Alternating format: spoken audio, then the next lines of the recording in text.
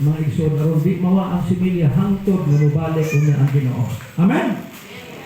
So muna nga karon nga kakna igsunan dili ginagawa ni balibaran sukad pa ni Merkulis. Ako na lang yung usap ang akong apelido.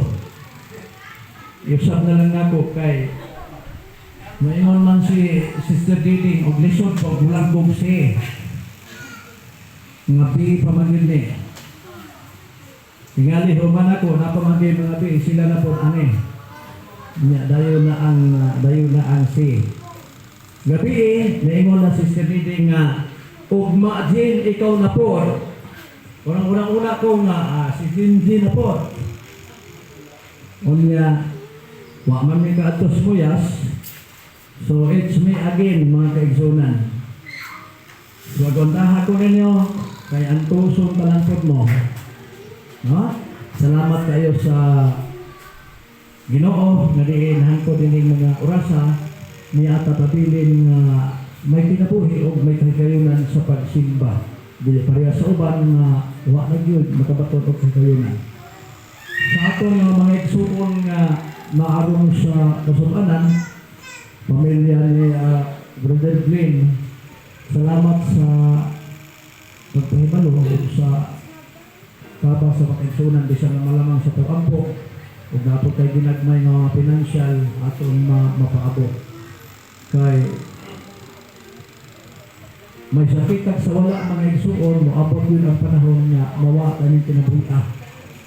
So, nagkataon nga ang ilang na sitwasyon sa kinabuhi, murang daghan-daghan sa ilaha akong nadumog na murang halos-halos din aling dialysis ang ilang nakita. Ay balo pa yung basta dialysis galing hisutan, murang ang iyahang riskuan na mga igsuon 80% nga murag medyo na ang sitwasyon sa kapiti o mahimo na ginato ang datong milagro niya aragod sa gagmas Ginoo.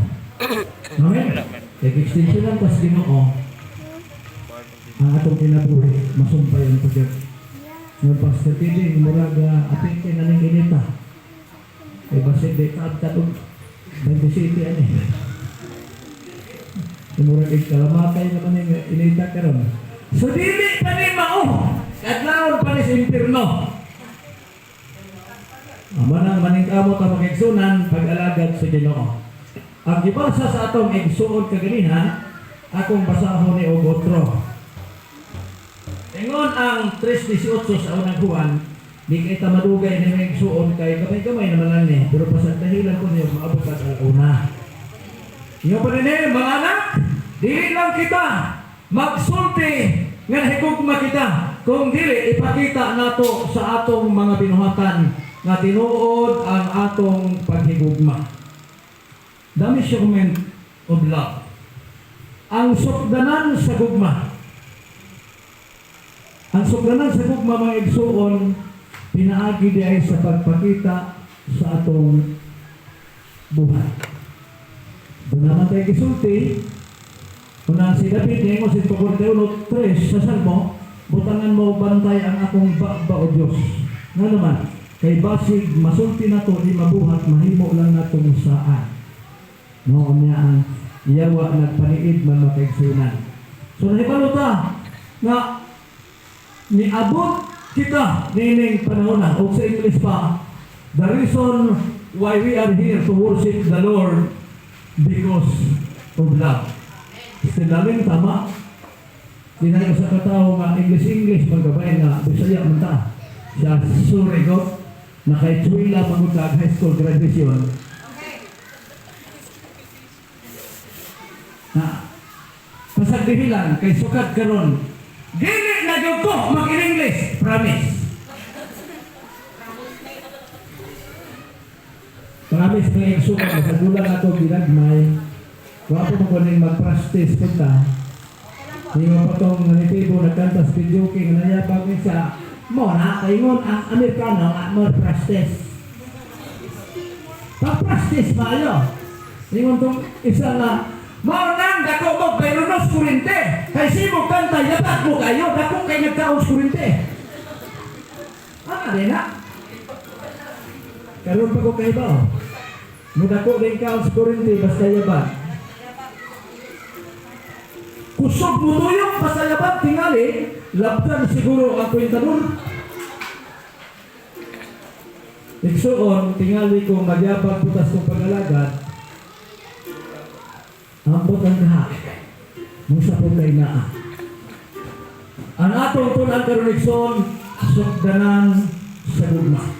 Si Kristo, apin ninyo kung inyong basahon ang Biblia, nagi panahon nga miingon siya, amahan ko kung mahimo isaylo kining maong kupa. Kaman, di magudlaling ng buhat magpagamatay kaon, wa kay napot silang sarap.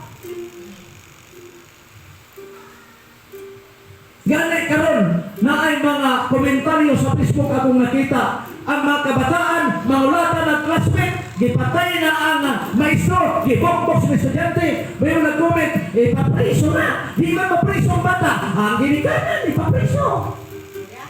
Pwede na. Ganahan ka ka, ikaw inahan, magpapriso ka kung mong anak ng ulata sa eskwelahan. Di ka ganahan ay. Nakusaw na, kanang akong John. Adi mga yung natantong na himo na gagkarong buutan